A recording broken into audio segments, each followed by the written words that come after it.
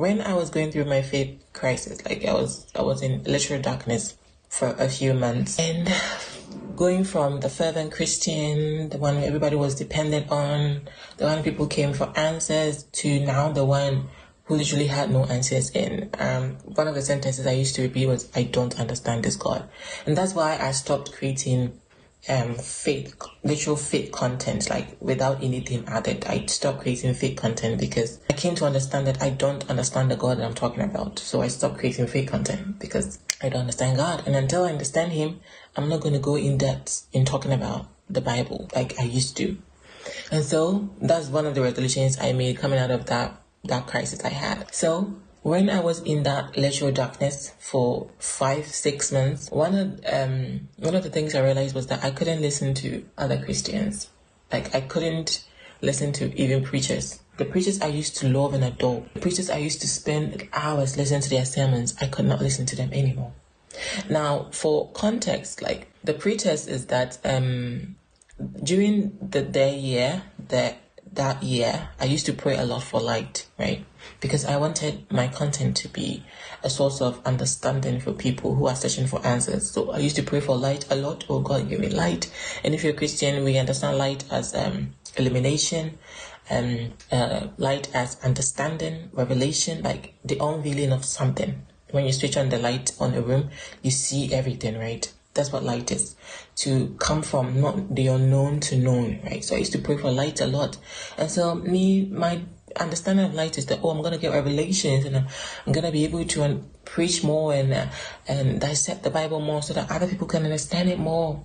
I did not know that me praying for light was literally going to lead me into darkness. So from October last year up until somewhere last month, I was still in that darkness. I could not listen to anyone who was a Christian, any pastor who was a Christian. I could not. Somehow, their voice irritated me. I had a lot of questions that I did not have before. Suddenly, I was asking all sorts of questions. What is happening to me? It's like when the Bible said the Holy Spirit took Jesus into the wilderness. Like God literally took my hand and led me inside that darkness, that dark valley, and decided to leave me there. And I could not relate to anyone in my circle. And all of the people in my circle were Christians. I could not relate to anybody in my circle. I knew that none of them were going to understand what I was going through.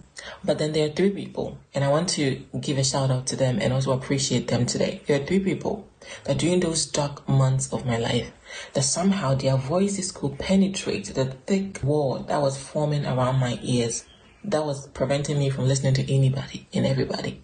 Somehow their voices got to me. The first person is Gloria. And Gloria, when I encountered Gloria, I was like, wait, this person is a Christian? He has such insight into things other Christians avoided, like feminism. They had insight into conversations that I did not hear in the Christian spaces. They had real insight in the worldly ideologies, not worldly as in bad, like things normally the church will avoid talking about, ideologies. And somehow I could listen to them. I was so amazed that I could listen to them. And Gloria's videos are very long. I could sit and listen to Gloria. Whenever I was looking forward to her videos, it's the fact that she was a Christian. She was grounded in her faith. Yet still, she had the ability to talk about different things without it affecting her foundation. And I said in my heart, God, I wish I was like Gloria. Because I don't want to be that Christian that is so illiterate, that knows nothing, yet want to defend everything. Or want to defend the Bible, but they don't know what's going on outside. I don't want to be that Christian. And so I started looking forward to Gloria's videos. And then there is Ian. I think it's Ian or Ian Royalty. He started doing the 1000 Days of Unveiling Christ challenge. Yeah.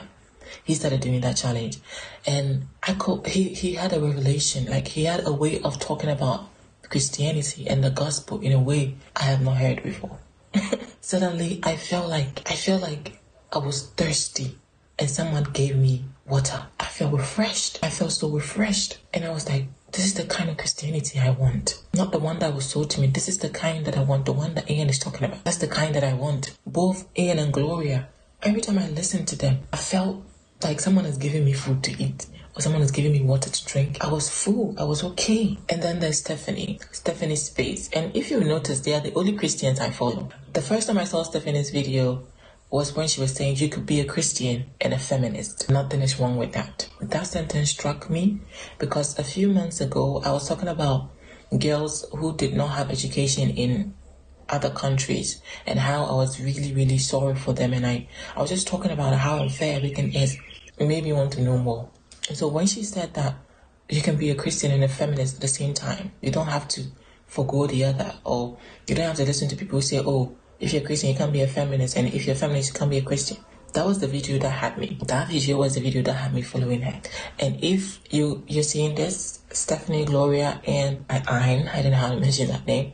I want you guys to know how much I appreciate what you're doing on here. Many people might not understand you. You might get people who send you a little backlash or who try to tell you you're not doing what you're supposed to do. But note that one girl, when she was in her darkest moments, you three, your voices were the only things she could hear. Not the apostles, not the prophets, not the overly religious Christians. You three, your voices were the only thing that carried me through. Your voices were the only reason why I'm not here today saying I don't believe in God anymore, or I don't want to be a Christian anymore. I just want to send that encouragement your way and keep on doing what you're doing. You're doing God's work.